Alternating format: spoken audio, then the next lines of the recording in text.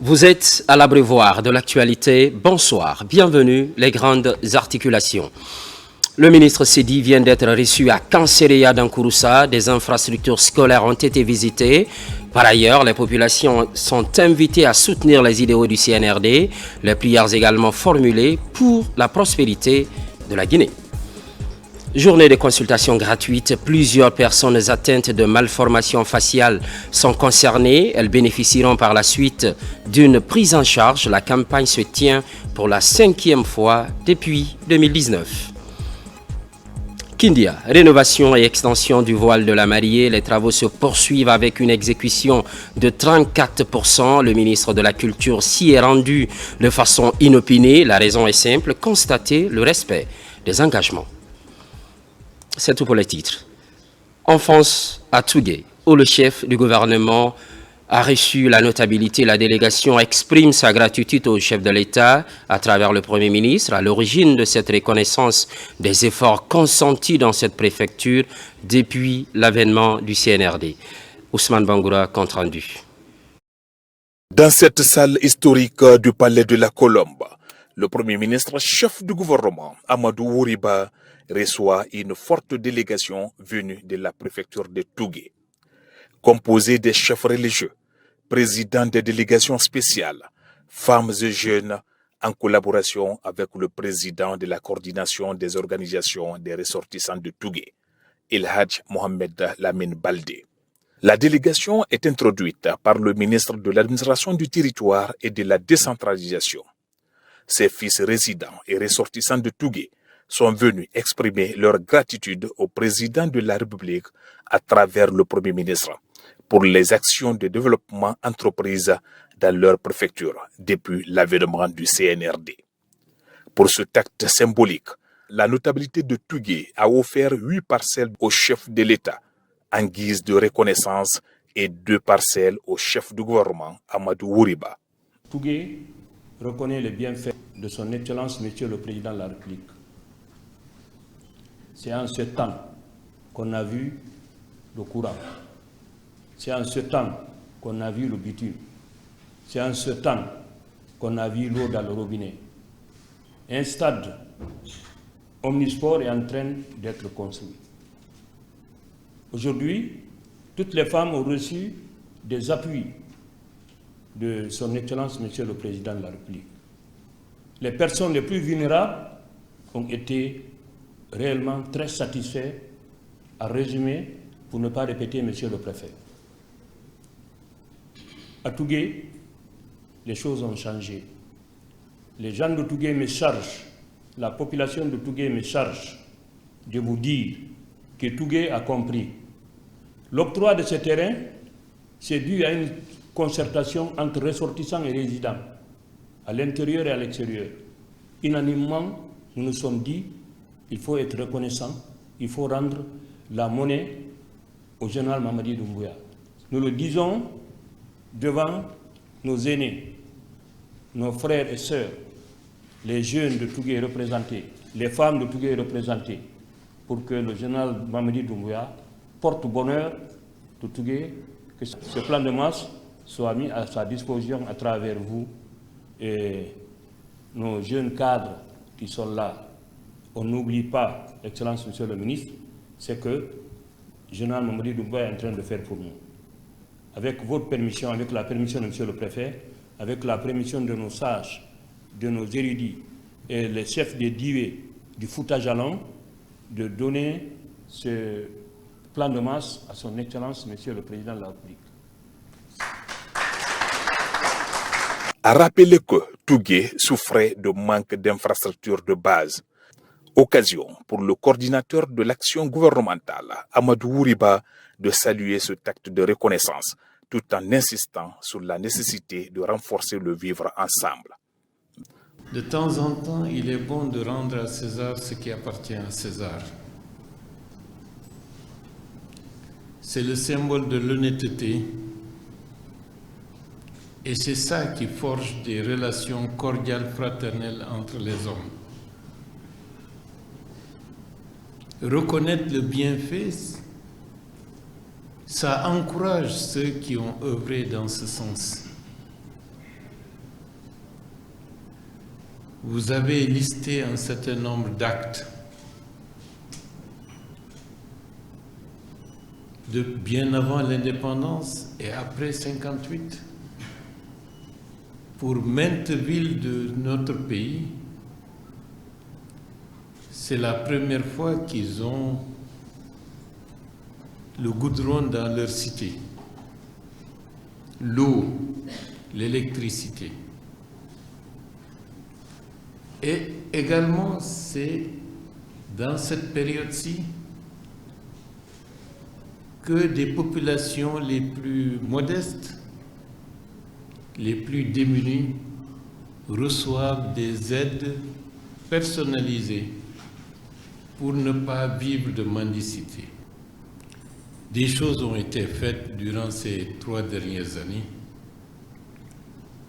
Merci de le reconnaître. Merci de le faire savoir en décernant au général d'armée Mamadi Doumbouya des parcelles à Tougué. Lorsqu'on aime quelqu'un, on veut qu'il soit à côté de soi. Et dans le Fouta, c'est une tradition. La notabilité de Tougué rassure le Premier ministre que tout sera mis en œuvre dans le sens de la cohésion sociale et de l'unité nationale. Direction Kanséréa dans Kouroussa pour comprendre ce qui a filtré de la mission du ministre Sedi. Des infrastructures scolaires ont été visitées. Par ailleurs, les populations sont invitées à soutenir les idéaux du CNRD. Je vous le disais à l'instant, les prières également formulées sur place pour la prospérité de la Guinée. Abdelaziz Baldé. La sous-préfecture de Kanséréa, située à plus de 100 km de la préfecture de Kouroussa, accueille en apothéose le ministre de l'enseignement préuniversitaire. Une rencontre de convivialité entre familles et ressortissants, symbolisée par une lecture du Saint-Coran en faveur de la paix et l'unité nationale pour la bonne marche de la transition. La seule volonté du général Mamadi Doumbouya, c'est la paix en Guinée. Il faut que chacun de nous, où qu'il soit un acteur de paix. Je veux le dire à tous les citoyens de Kanséréa. Souvenez-vous qu'aucun développement n'est possible sans paix. Vous avez vu, le général, il ne parle pas beaucoup. Il essaye de vous parler par les actes. Érigée en commune urbaine il y a quelques mois, la sous-préfecture de Kanséréa, autrefois un village historique sous le premier régime, salue les actes posés par le président de la République et s'engage à accompagner la refondation. Nous souhaitons que les bénédictions que les imams vont faire pour le pays et pour les Guinéens, pour les Kanséréaka en particulier, que Dieu exauce nos prières là. Nous souhaitons et nous soutenons les initiatives pour la refondation de son Excellence, le Président de la République. Nous lui remercions pour le choix de la modeste personne de notre neveu, mais aussi pour tout ce qu'il fait pour le pays aujourd'hui. Le message que nous voulons vous faire passer, c'est pour dire au Président de la République merci. Ce qu'il a fait, il a fait pour nous, pour la communauté de Kanséréa, la sous-préfecture de Kanséréa, et nous réitérons notre engagement à le soutenir, à soutenir ses actions et ne pas hésiter, nous serons toujours derrière lui. Réunis en association, les ressortissants de cette localité œuvrent aux côtés du MEPUA pour l'amélioration des conditions d'apprentissage. Ils offrent des fournitures scolaires aux autorités locales et invitent la cité de Diamanati Sori à la scolarisation des jeunes filles. Donner des cahiers, des fournitures, des livres et des ballons aux enfants, c'est pour les inciter à venir à l'école. Surtout que nous sommes dans une zone minière et la scolarisation n'est pas forte. Donc ça arrivera aux ayants droit. En ses jours de travail sur la terre de sa famille maternelle, le ministre Jean-Paul Sedi a visité plusieurs sites historiques ainsi que l'école primaire de Kanséréa. Une école construite par l'ancienne ministre de l'Action sociale, Mme Yvonne Condé, mère de l'actuel ministre en charge du préuniversitaire. Et puis, cette rencontre amicale, elle est organisée par le Service national des bourses extérieures et mobilise les ambassadeurs des pays amis et les partenaires du SNAB, occasion mise à profit pour présenter les réformes déployées dans la gestion des bourses accordées aux étudiants. Yaya Silla. Le service national des bourses extérieures, le SNAB, est la porte de sortie et d'entrée des étudiants guinéens en quête de qualification pendant leur cursus universitaire et post-universitaire en Guinée. Un outil qui se veut utile et dynamique pour la qualification de l'administration guinéenne face aux enjeux de développement socio-économique amorcés par le gouvernement guinéen. Ce moment constitue une opportunité privilégiée pour dresser le bilan de l'évolution de notre institution, mettre en lumière les progrès significatifs réalisés et envisager avec ambition les perspectives qui s'offrent à nous. Le SNAB est devenu un catalyseur de transformation où prévalent la coopération, l'écoute, l'innovation et l'engagement. C'est le système intégré de gestion des bourses extérieures qui nous permet aujourd'hui de dire dans quel pays sont nos étudiants, dans quelle spécialité, à quel niveau d'études. Ce programme nous a aussi permis d'implémenter un des projets qui tenait beaucoup à cœur au président de la République, savoir le projet de dématérialisation des pays des bourses. On a donc lancé un partenariat qui, à ce jour, fonctionne très bien avec la société Paycard, qui nous permet aujourd'hui de doter tous nos étudiants de cartes de paiement afin de leur faire un virement. Le conseil d'administration de SNAB, qui suit les réformes soutenues par la hiérarchie, loue la bonne orientation des cadres du SNAB vers la performance. Général Mamadi Doumbouya, à mon avis, est celui qui s'est le plus investi dans le développement de l'éducation. La mise en place du SNAB. Vous avez également les écoles préparatoires aux grandes écoles. Donc, à mon avis, il a posé les fondements, les jalons d'un développement économique harmonieux de la Guinée.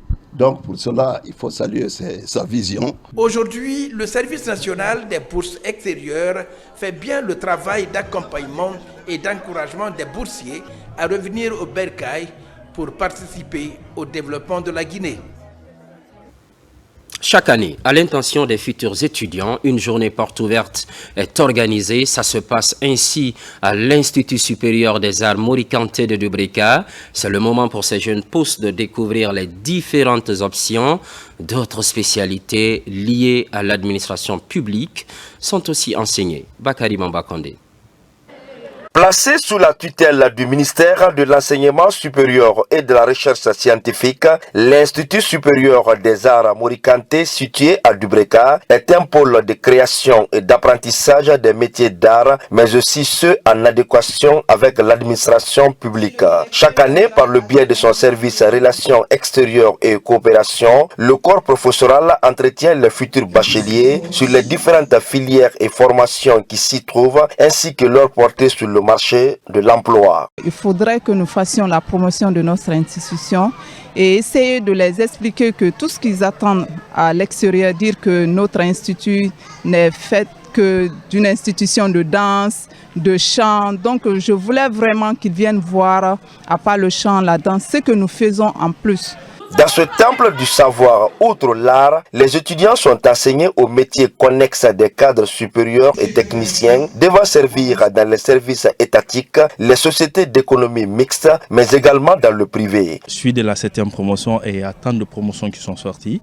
Nous avons des aînés qui sont déjà dans l'administration et d'autres ont créé des entreprises comme nous. Donc venir échanger aujourd'hui de ça aux futurs étudiants de l'Institut, c'est vraiment un honneur. J'ai ressenti beaucoup de choses, j'ai appris beaucoup de choses, j'ai retenu beaucoup de choses. À propos de l'art, ce que je ne savais pas, ce que je ne connaissais pas. Il faudrait être là pour connaître réellement ce qui est là et je suis là aujourd'hui. Les responsables de l'Institut comptent favoriser les rencontres similaires pour encourager la jeunesse guinéenne dans l'apprentissage des métiers d'art. Je ne ferai que encourager parce que ce que j'ai vu à l'ISAMC ici me dépasse.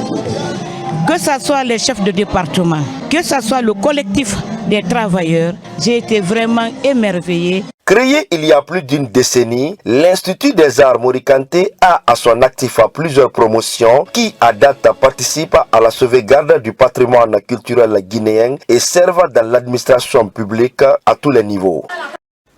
Pendant ce temps, la filière avicole est en pleine consultation. C'est un projet de la Fédération interprofessionnelle nationale de l'aviculture.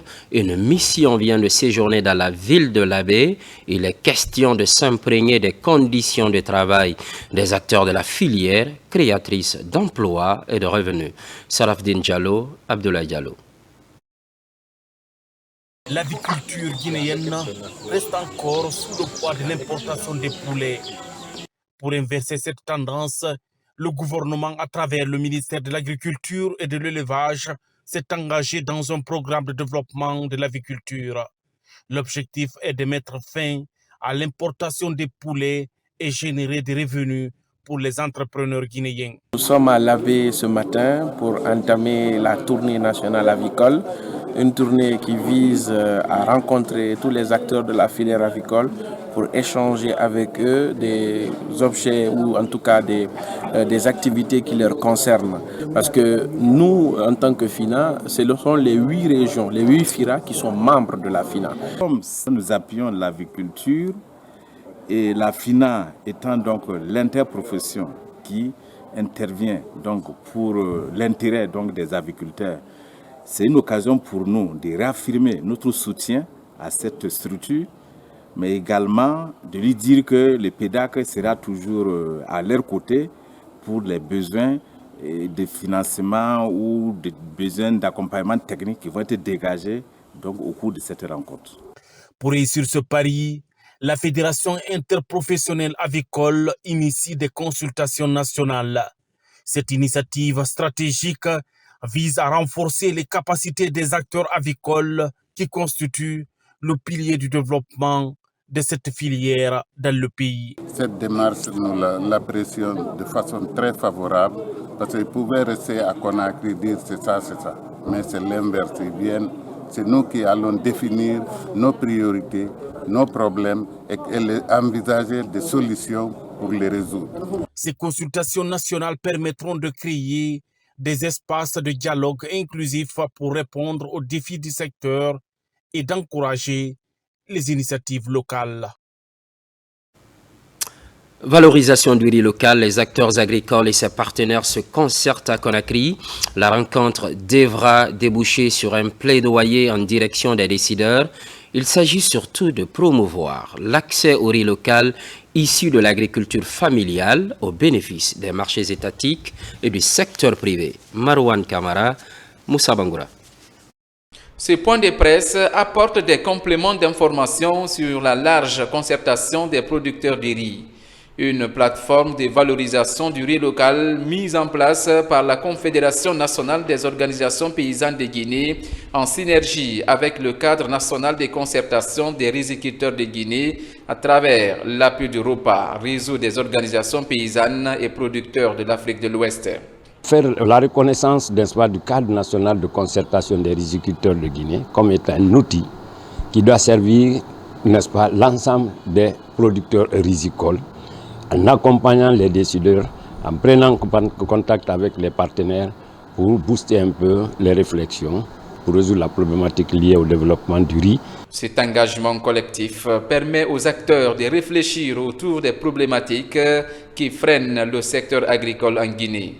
Il faut d'abord maîtriser le sol, il faut maîtriser l'eau, donc la maîtrise totale donc, des aménagements.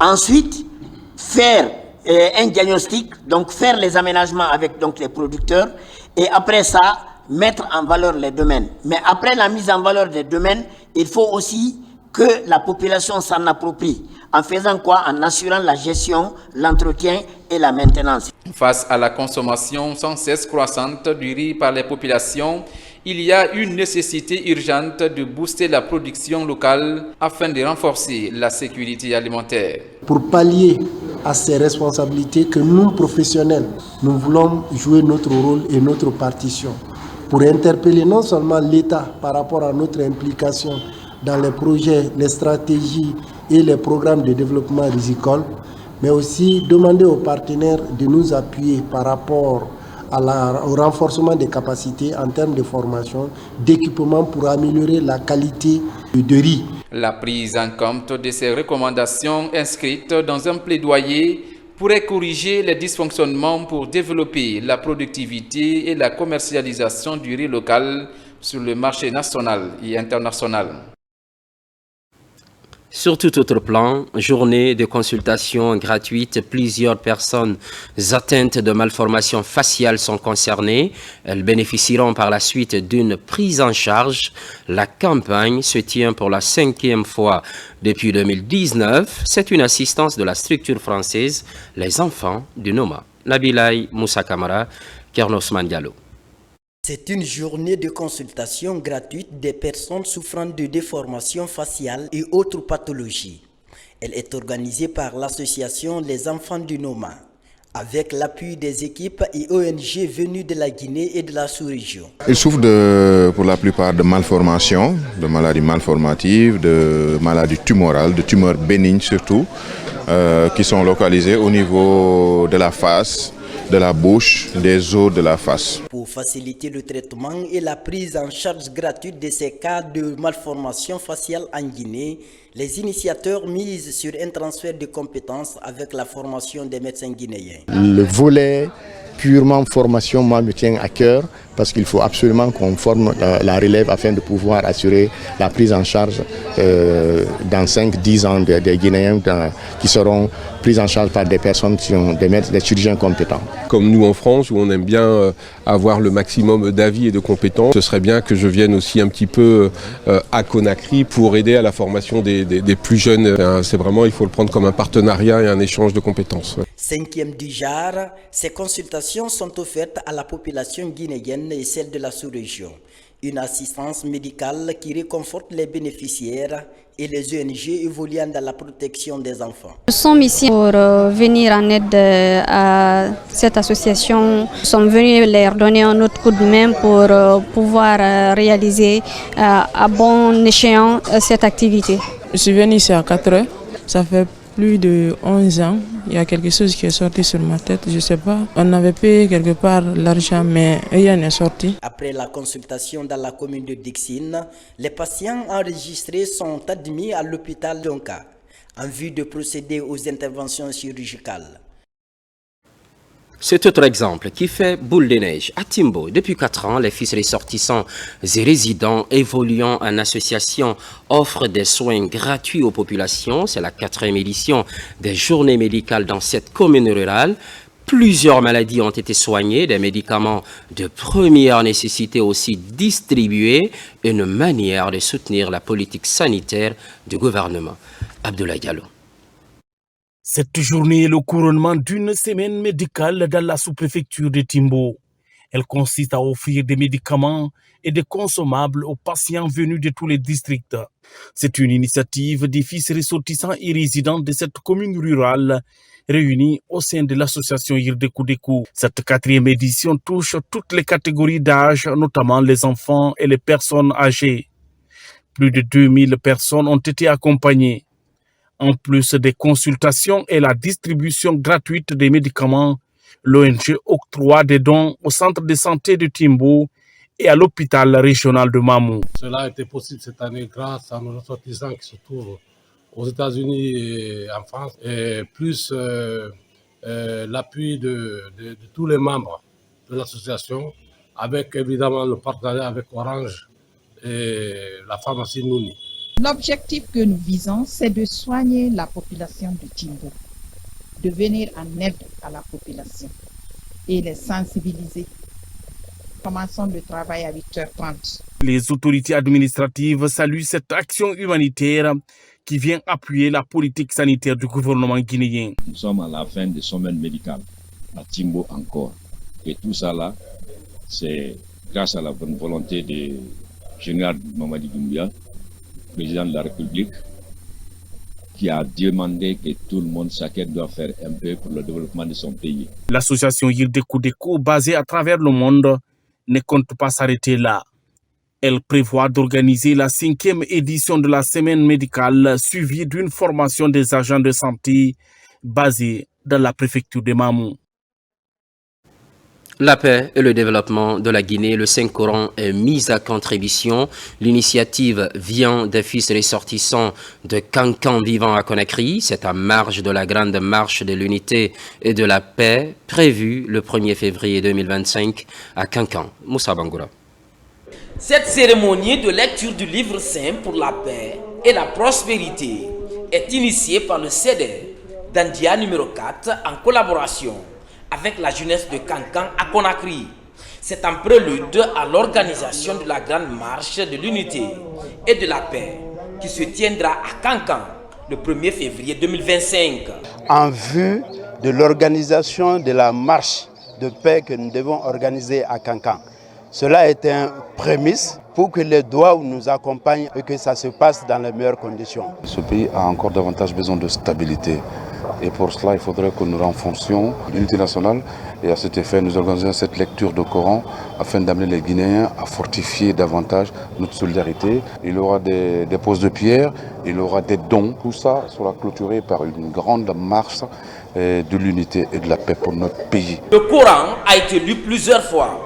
Des prières et bénédictions ont été formulées pour le renforcement de l'unité et de la paix, mais aussi pour la réussite de toutes les actions entreprises par le gouvernement et le CNRD. Vu ce que le président de la République a pu faire, un appel pour la cohésion. Ils doivent se donner la main. J'encourage les enfants d'œuvrer dans ce sens. Pour la paix, nous sommes venus apporter notre petit soutien au chef. On appelle tout le monde de venir d'ailleurs et de prier pour le président, de prier pour nous-mêmes, parce que quand il y a la paix, c'est pour tout le monde. En tant que premier chef aujourd'hui en charge de toutes les questions religieuses en Guinée, je ne pouvais pas rester sans venir partager et exprimer mes remerciements et ma satisfaction à l'égard de Sérère d'Andiaya 4. Et à travers lui, nous appelons toute la population croyante à accompagner le président que Dieu nous a confié, que Dieu a donné aujourd'hui et lui a confié la destinée de la Guinée. À Kankan, avant la grande marche de l'unité et de la paix, prévue ce 1er février, d'autres activités sont inscrites déjà dans l'agenda du CEDER d'Andia numéro 4.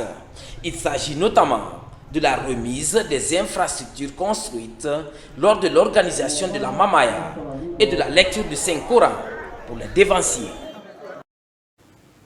Et puis, cette retraite religieuse appelée Daka, elle mobilise depuis 1987 populations et leaders religieux du village de Daïbata dans le Badiar profond. À cette 38e édition, autorités administratives, ressortissants et sympathisants de Koundara rejoignent la cérémonie. Le Coran est lu à plusieurs reprises. Le vivre ensemble est le message clé. Ça, Martin Fancinadouno.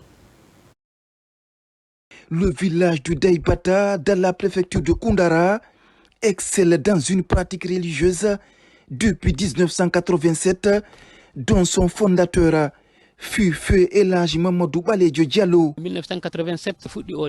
C'est en 1987 que cette retraite a commencé. Depuis ce jour, elle se poursuit. Son objectif est de prier pour les populations afin que Dieu sauvegarde le pays. Ici, place à la lecture du Saint-Coran. Pendant des jours, les communautés autour des imams et leaders religieux ont invoqué la parole de Dieu, symbolisant un moyen de renforcer les valeurs spirituelles et morales et surtout de consolider la paix et la cohésion sociale entre les populations. Je remercie le bon Dieu pour cette 38e édition de Dakar de Daïbata et je fais rappeler d'abord ce que représente Koundara par rapport à ces situations de Dakar. Koundara est une ville, on peut dire une ville sainte par rapport à la religion. Chaque année, il y a plusieurs Dakar qui se passent à Koundara. Priez pour qu'il y ait la stabilité dans le pays. La localité de Daïbata est reconnue pour sa sainteté. Les fils et filles du Badiara sont appelés à soutenir cet héritage légué par leurs arrière-grands-parents. Cela à travers des actions de prière et bénédiction des religieux en faveur de la cohésion sociale. Nous appelons à la population de la localité de Koundara qu'ils viennent assister à cette cérémonie organisée depuis des années par nos arrière-grands-parents qui veulent que l'islam soit élargi dans la région et dans le pays. Les initiateurs encouragent la jeunesse à s'impliquer activement dans des activités culturelles et économiques en mettant en avant les bénéfices de la lecture du Saint-Coran pour le développement personnel et la promotion. Religion toujours. Un important événement pour le monde chrétien, c'est bien la semaine de prière pour l'unité des chrétiens. Elle a traditionnellement lieu du 18 au 25 janvier. La Guinée ne fait pas exception. La paroisse Saint-Augustin de Taouia, solennellement, ouvre cette semaine de prière. Abraham Christophe Conté pour cette cérémonie. C'est l'ouverture solennelle de la semaine de prière pour l'unité des chrétiens, une tradition vieille de 117 ans. Elle rassemble ici des fidèles issus des différentes confessions religieuses du pays. Axée cette année sur le thème « Crois-tu cela ?», l'initiative vise à promouvoir la communion entre les églises de Guinée. Jésus est mort afin de rassembler dans l'unité les enfants de Dieu dispersés. Dieu nous veut unis en lui. Dieu nous veut soudés par le sang et l'amour de Jésus. Oui, Dieu veut que nous soyons une seule famille, une seule Église. L'ouverture de cette semaine est marquée aussi par un autre moment fort. C'est bien la distribution des bougies aux fidèles. Celles-ci sont allumées en signe de guide pour la lumière du monde. En priant et en œuvrant ensemble pour la paix, les chrétiens témoignent de leur foi commune et de leur désir de construire un monde plus solidaire et plus fraternel. En priant ensemble, en mangeant dans le même plat, en étant plus que jamais des frères. Et si vous ne priez pas ensemble, vous n'êtes pas ensemble, vous pouvez vous aimer. Et cela va en droit dit même dans, comme l'a dit Monseigneur, si nous nous aimons, nous les chrétiens, ça veut dire que ça va réjaillir sur l'amour que nous avons les uns pour les autres. Cette semaine est un temps fort de communion et de réflexion de toutes les églises à travers le monde entier. Une démarche de foi à élargir au prochain pour bâtir ensemble un monde pacifique et uni. Les fidèles auront jusqu'au 25 janvier pour participer aux célébrations prévues dans les différentes communautés chrétiennes. Par ailleurs, lutte contre l'insécurité des présumés bandits n'échappe pas à la vigilance de la direction centrale de la police judiciaire. Au nombre de 3, ils sont suspectés d'attaques à main armée, de vol et de complicité. Ces derniers, cette semaine, ont été présentés à la presse. Colonel Morikaba de la police nationale. Une arme de type AK-47, accompagnée de son chargeur, et de plusieurs munitions a été saisie entre les mains de ces présumés malfaiteurs selon les enquêteurs de la police judiciaire. Cette opération a été rendue possible grâce à la vigilance et à l'efficacité de la brigade de recherche et d'intervention BRI. Il s'agit des nommés Ousmane Sow, âgé de 32 ans, interpellé avec une arme de type AK-47. À travers cette arme, il reconnaît avoir effectué 3 opérations de vol à main armée avec un groupe composé de 4 personnes. Mamadou Wouri Diallo, âgé de 38 ans, est un receleur et complice des malfaiteurs. Mamadou Alpha Diallo, alias Alareni, âgé de 37 ans, était activement recherché par nos services pour avoir été dénoncé par plusieurs suspects que nous avons déjà déférés au tribunal. Interrogé, il déclare être au sein d'un groupe composé de 6 personnes et détiennent 3 armes à feu, dont 2 PMAK et un fusil à pompe, avec lesquels ils opèrent. Il est à signaler que le nommé Mamadou Alpha Diallo, alias Alareni, est un repris de justice. Face au micro des journalistes, les accusés ont reconnu les faits qui leur sont reprochés. C'est mon groupe. Je reconnais avoir participé à 3 opérations de vol. Je suis là pour l'arme. C'est Ablaye Bari qui a envoyé mes données pour garder. Moi aussi, j'ai appelé Ouri pour me filmer, pour envoyer Junior. On m'a trouvé au cimenterie Carrefour, on m'a pris là-bas. Je l'ai montré Ouri. Après, ils m'ont demandé où est l'arme. Je l'ai parti montrer. C'est Ablaye Bari qui m'a donné. C'est pour lui, c'est pas pour moi. Il m'a donné, il a dit que je l'accompagne, il connaît là où le moto gare. On va aller prendre. Au Fofomere, on a pris un. Bailobaya, un. À Sanoya, deux. Cette présentation a été marquée par la présence du directeur général de la police nationale, le général de division Guénabasori Kamara. Sa présence visait à féliciter et encourager les agents pour leurs efforts constants dans la sécurisation des citoyens et de leurs biens.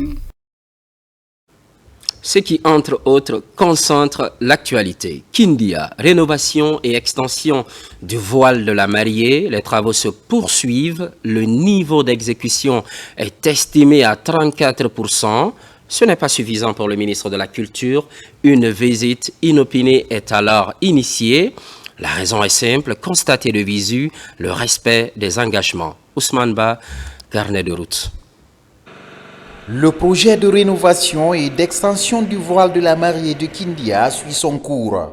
C'est du moins le constat sur le terrain, suite à cette visite inopinée du ministre Moussa Moïse Silla effectuée sur le site. Un projet présidentiel qui enregistre un certain retard dans l'exécution des travaux depuis le lancement officiel. Les 5 différents lots évoluent graduellement avec une exécution cumulative de 34,47%. Le lot 1, Falibra, qui est à un niveau d'avancement de 62,10%. Et le lot 2, EZZC, qui est à 23,28%.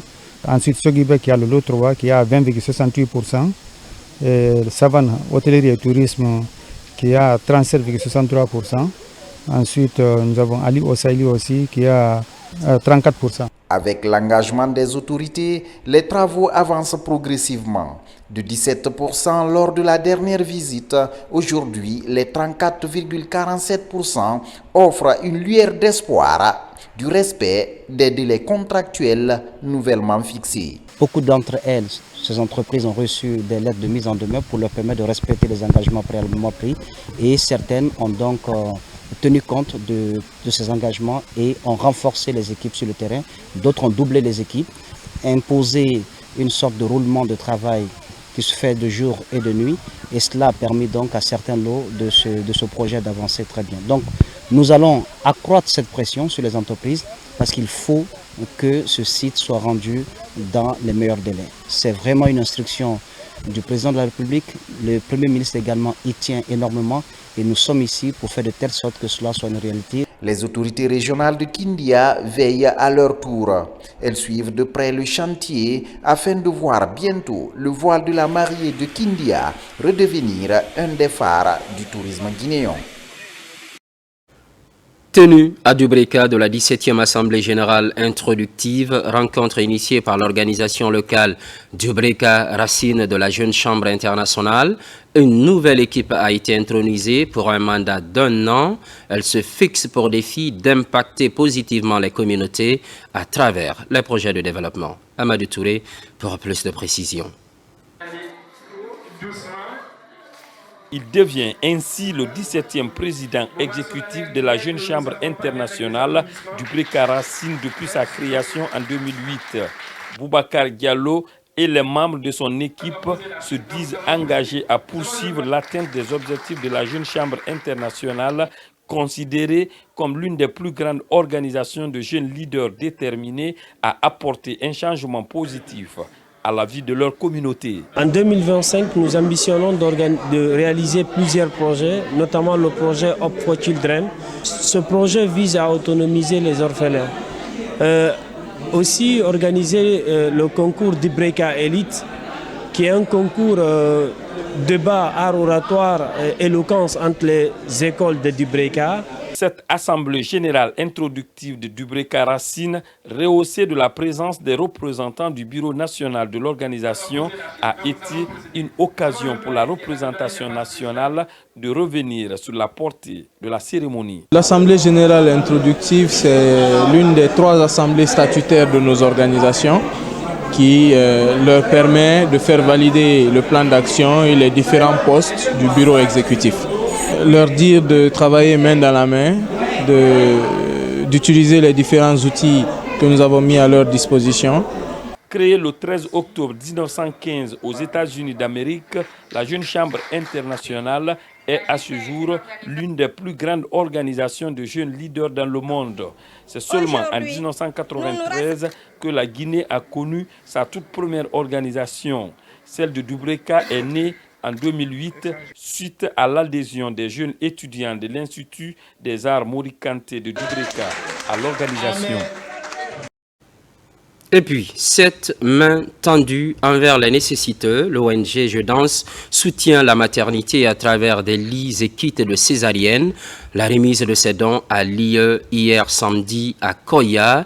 Les autorités administratives ont salué cette assistance de la structure donatrice. Bakari Bamba Kondé, explication.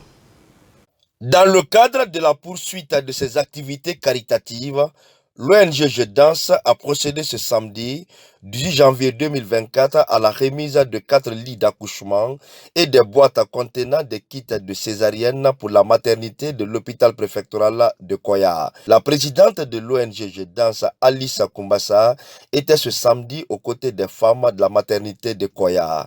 Les autorités administratives, représentées par le secrétaire général de la commune urbaine de Koya, a, au nom du président de la délégation spéciale et du préfet de Koya, salué l'initiative de l'ONG Je Danse pour l'assistance apportée à la maternité de l'hôpital préfectoral, tout en remerciant le chef de l'État, le général Mamadi Doumbouya, au nom de qui l'ONG a offert ses dons. Nous sommes vraiment contents. C'est une deuxième fois. La première fois, c'était dans la sous-préfecture de Kouria, où ils ont apporté des vivres à nos communautés. Cette fois-ci, c'est très exceptionnel parce qu'ils nous ont envoyé des kits sanitaires, notamment à la maternité, là où la vie commence. Donc c'est purement sanitaire. Le personnel est très content. Vous avez accepté de soutenir la vision du président de la République, qui veut la santé pour tous et qui est en train de mettre les moyens en place pour l'atteinte des objectifs. C'est parce qu'il est crédible que vous le suivez. Les bénéficiaires, très réconfortés par le geste de l'ONG Je Danse, qui est à sa seconde opération caritative à Koya, ont remercié la présidente de l'ONG et son équipe pour les dons qui viennent à point nommé pour l'hôpital préfectoral de Koya. Nous remercions le chef de l'État. Cette ONG a vraiment été majoritairement appuyée par lui. On mène des actions, on pose des actions et le chef de l'État il jette toujours un coup d'œil. Donc là, la chaîne d'action, elle est toujours là et on continue. Donc on le remercie sincèrement. Après la cérémonie de réception des kits et des lits d'accouchement, le directeur de l'hôpital préfectoral de Koya a formulé le souhait que les autorités assistent à cet établissement sanitaire pour la construction d'un bâtiment supplémentaire pour combler le manque d'espace dans la quasi-totalité des services de l'hôpital qui accueille un grand nombre de malades. Cet incendie d'origine électrique dans une concession à Kaloum, 2 habitations réduites en cendres par les flammes, dont celle du confrère Ibrahima Souri Blaki Touré. Les vies humaines ont été sauvées, les matériels de maison presque tout volé en éclats. Voyons tout cela avec Mohamed Chérif Kamara. Un incendie s'est déclaré ce samedi dans la commune de Kaloum, ravageant 2 habitations d'une concession située dans le quartier de Mankepa, dont celle de notre confrère Ibrahima Souri Blaki Touré, journaliste à la RTG2. Selon les premières informations recueillies sur place, un court-circuit serait à l'origine du sinistre. Malgré l'ampleur des flammes, aucune perte en vie humaine n'a été déplorée. Cependant, les dégâts matériels sont considérables, laissant les familles touchées dans une situation de grande précarité. Quand je suis rentré, j'ai vu les fumées. Il a fallu l'intervention des voisins et voisines. Et ce qu'il faut comprendre aussi, quand on est victime d'un incendie, c'est vraiment pas chose facile. C'est très très très dur. Je remercie le bon Dieu. Je reconnais aussi ce même Dieu qui a fait qu'aujourd'hui que je suis victime de ça. Et le même Dieu, je lui demande de m'aider.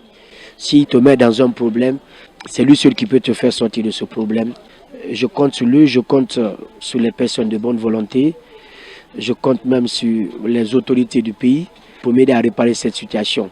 Les témoins sur place décrivent une scène chaotique. Ça a été un effet de surprise. Madame Touré n'y était pas, Monsieur Touré apparemment n'y était pas, mais comme moi je suis malade, j'étais à l'intérieur. Il y a sa fille Ngamé qui était là, qui était en train d'apprendre le Coran. Idiatou était là, c'est Idiatou d'ailleurs qui est allé en courant pour arrêter Blaki Touré. Entre-temps, mon garçon était là, et puis il y a eu un afflux. Donc le feu, certainement d'origine inconnue, on ne peut pas dire exactement ce que c'est. Alors les électriciens, en fait, toute la cohabitation s'est levée et on s'est battu, on a arraché les tôles et on a mis de l'eau autant qu'on a eu à avoir de l'eau. Ce nouvel incident rappelle l'urgence d'une sensibilisation accrue sur les dangers liés aux installations électriques défectueuses, souvent à l'origine de tels drames en milieu urbain. Triste à vivre, plus de courage, même désolation. Enregistré à Farana, on s'intéresse à présent à la suite de l'incendie ravageur à Sansambou dans la commune urbaine. La solidarité se manifeste, des vivres et des non-vivres sont apportés aux sinistrés, un geste qui remonte le moral de ses habitants, aujourd'hui désespérés. Images et témoignages signés Silati Kourouman, Ibrahima Oulenfofana. Des vivres et non-vivres, des efforts conjugués par la préfecture de Farana. Ce geste humanitaire est remis aux victimes, dont une bonne partie passe la nuit à la Belle Étoile. Un incendie qui a ravagé plus de 21 cases avec des produits agricoles importants. Ce don, c'est la préfecture de Farana dans son ensemble qui a collecté ses habits et ses vivres pour la population de Sansambou. Nous le faisons au nom du gouvernement. La nature des collectes s'est composée de 11 sacs de riz net. Il y a près de 50 sacs d'habits, des ustensiles de cuisine et des bidons pour permettre aux sinistrés de se procurer d'eau potable à la pompe. Ces dons sont le fruit du leadership du préfet de Farana qui a été appuyé par la mairie et des personnes de bonne volonté. Un geste très salué par les bénéficiaires. Nous remercions nos autorités, à commencer du maire jusqu'au préfet. Nous remercions également le chef de l'État et des personnes de bonne volonté pour ces dons.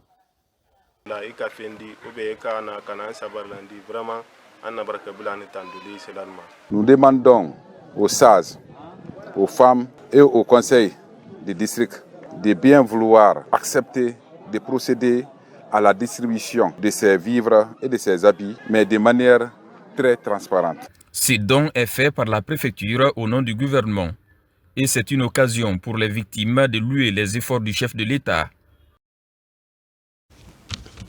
Le contenu de ce communiqué. Suite au décès de Mme Mariam Kamara Sugipa le lundi 13 janvier 2025, des suites de maladies au Royaume du Maroc, le gouvernement, à travers le ministère de l'Agriculture et de l'Élevage et le ministère du Commerce, de l'Industrie et des PME, en rapport avec la famille de la défunte, informe les collaborateurs, parents, amis et alliés du programme des obsèques comme suit. 1. Arrivée de la dépouille mortelle dans la nuit du dimanche au lundi 20 janvier 2025 à 1h30 du matin par le vol Royal Air Maroc. 2. Lundi 20 janvier 2025 de 9h à 11h, organisation d'un symposium en l'honneur de la défunte au Palais du Peuple. 11h30 départ de la dépouille mortelle pour la préfecture de Forikaria. 14h, prière à la grande mosquée de Forikaria, suivie de l'inhumation au cimetière familial à Forikaria. Que l'âme de l'illustre disparu repose en paix. Le ministre Félix Lama, ministre de l'Agriculture, et de l'élevage. Merci pour l'estime sans cesse renouvelée. Merci également aux équipes techniques et à l'ensemble de la rédaction. Très prochainement pour d'autres rendez-vous de la Guinée, notre paradis, terre de richesse et d'innovation. Excellente reprise à toutes et à tous.